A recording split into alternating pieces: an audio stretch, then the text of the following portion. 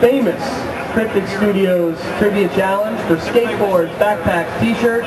If you sign up on our forums right now today, we'll give you a free t-shirt. So you can actually throw that if you do both triggers. T-shirt in the entire convention. Beautiful t-shirt. One of the questions that they asked in the forums, get a free t-shirt. Everybody gets one.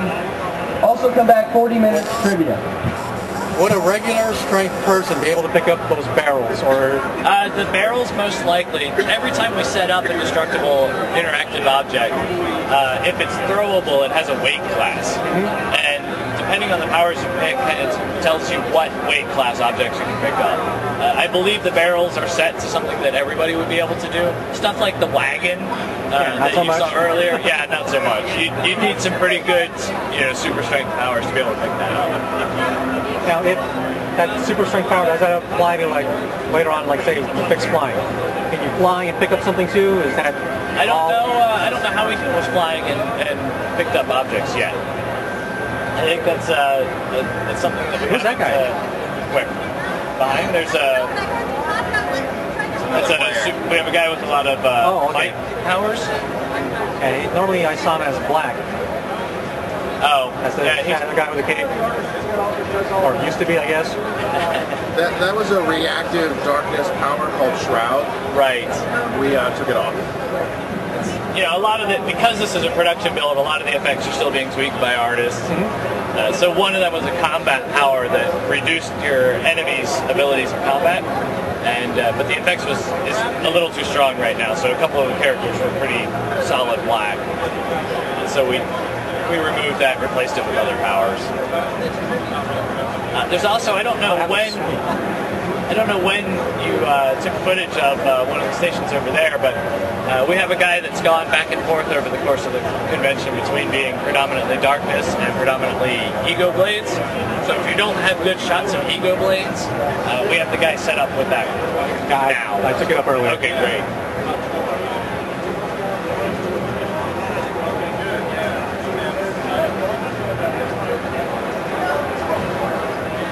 Pulsing yellow color. Man, that looks awesome. It might sound kind of dorky, but it kind of reminds me of jellyfish. Like the bioluminescent. Yeah.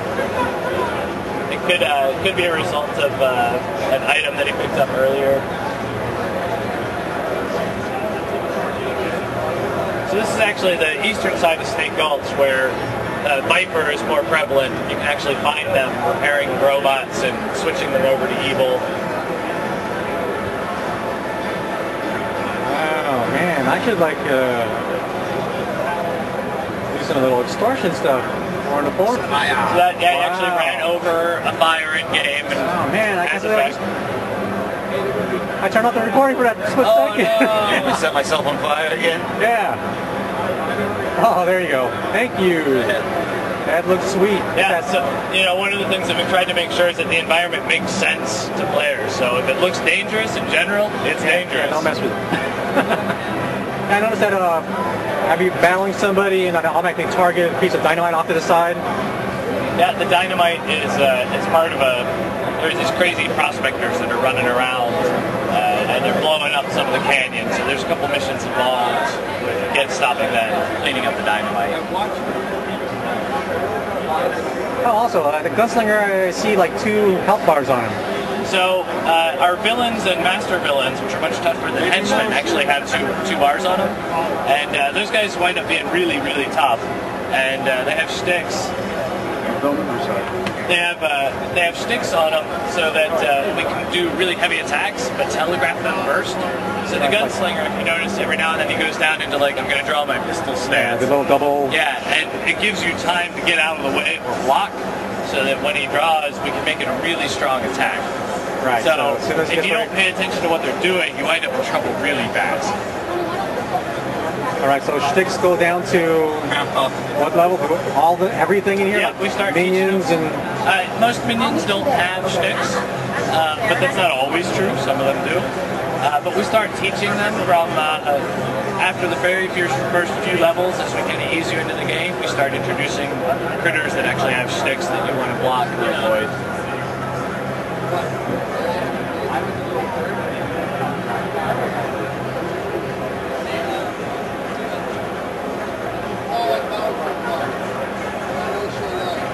is that number right? At 16th level, you can get 74,000.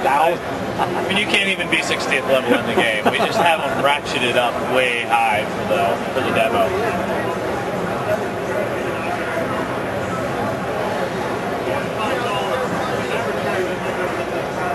Boosts, health boosts restore a percentage of your health. Right. Okay, so not a stock When he number. says we ratcheted the characters up, he's not kidding. Yeah, we're pretty much immortal. Yes, absolutely. Well, and on top of that, you're also level 60, which the engine supports, but we have numbers wise. But for the launch, you'll be 1 to 50. You found one that we missed. Darn. We'll fix it. I like the flamey red stone. Oh, there's Askew. If you enter the swing, you should see her.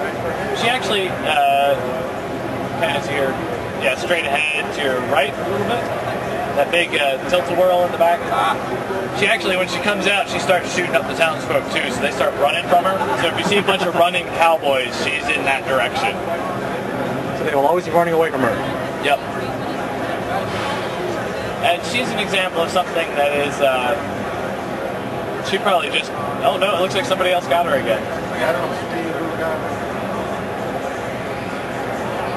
it. She's part of, we make sure that the environment is actually reactive to the player, so she's not always there. You actually have to rough up the town to get her to come out. All right.